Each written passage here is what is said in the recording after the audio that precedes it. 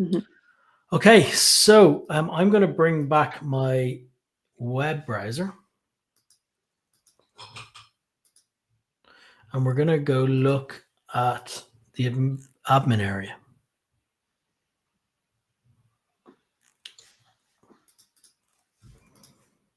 Okay, so for those familiar, you can get into the admin area up here on the top right.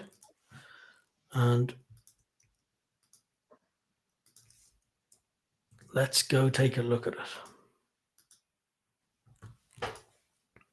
So this new feature we're going to look at now, and do remember you can ask questions. It's no problem. We're available in the chat tab. I think we've got great live viewership of this episode, so it's fantastic to see the high numbers. You can get in there and ask any questions you have.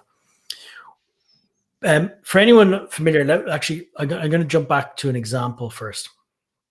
So we talked earlier about a situation. We'll just set the scene here a little bit. So this is the situation form, and on every incident we have, the situation form is kind of your high-level briefing. So you can build any template you'd like on this, and when the incident occurs, so actually what we'll do is we'll hit start new. I'm just going to hit blank here. We'll call it test. When I create it, the first thing this does is it asks me to fill in the situation. So where was the incident? Okay, BC. Time, you can see here we've examples where it's dual language as well, but you can see I can work through and very quickly determine what my incident is. Now, maybe only if it's high impact do I want the life safety status section to show or hide. So, okay, so if it's high impact, I want this section here to show and hide. So let's take a look at what that looks like. So templates, situation, and these are called conditional settings. So I can see here city impact. So the field is called Fresno City Impact. So I just copy that ID, and I can see if high impact, high underscore impact.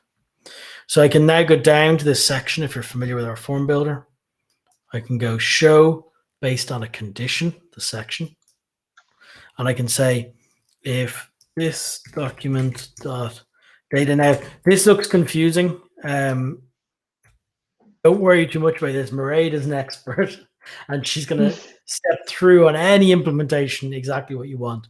We keep this raw script like this because it gives us huge ability to configure. So we can get right in here and make, if this form do that, it gives us a lot of ability. So if it is equal to high impact, let's see if I've done this right this time. Okay, so I set a condition and I'll just hit save.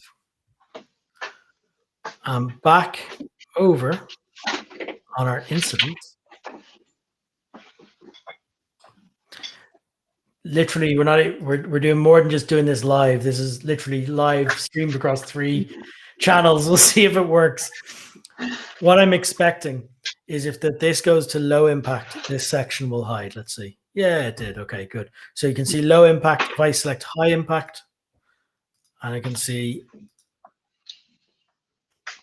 put in some numbers there, and low impact, that section disappears. Okay, so this is really useful. What we're seeing now, people who've been testing this for us, is that they'll have a drop down at the very top of their form saying incident type or something like that. And based on the answer of that, it shows and hides different form sections. So they're building out sections for everything. Okay. When you choose a different option, it's not deleting that data. It's just showing or hiding the section. Mm-hmm.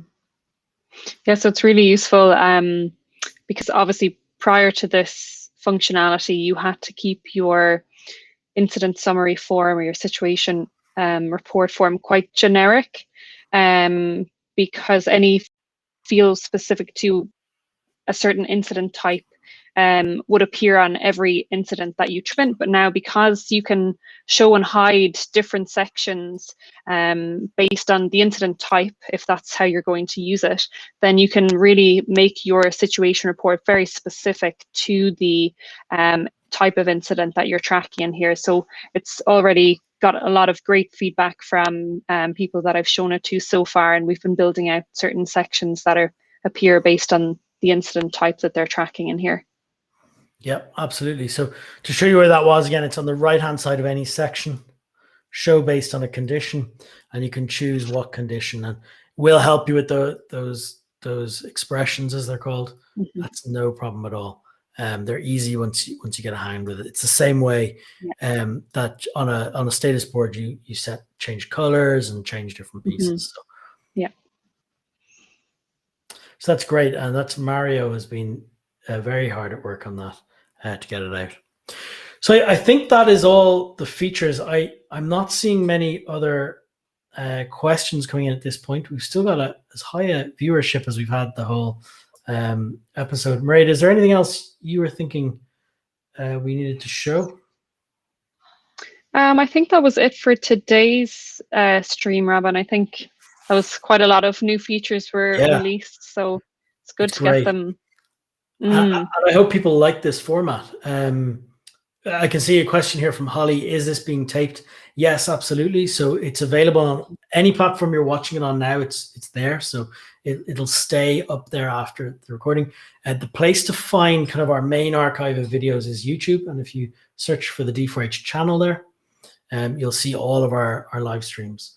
We're starting to get the hang of them. They're getting better and better. So I hope you're enjoying them.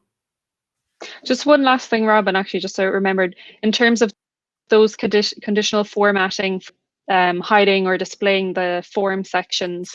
We do have our support center as well with knowledge base articles talking you through how to do certain things. So, if you're wanting to get it done in a specific time or whatever, you can always refer to our knowledge base and put in a search term there and it'll return an article. And there's some built-in videos as well, which might help you to configure things in your account. But as always, you can contact us on support anyway. Yeah, absolutely. So here is that knowledge base, support.d4h.org. Let's make it clear here. So the knowledge base, we'll put it up on screen.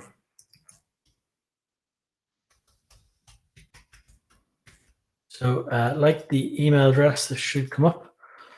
Let's see. Okay, so support.d4h.org in your web browser, and you'll see there are getting started guides.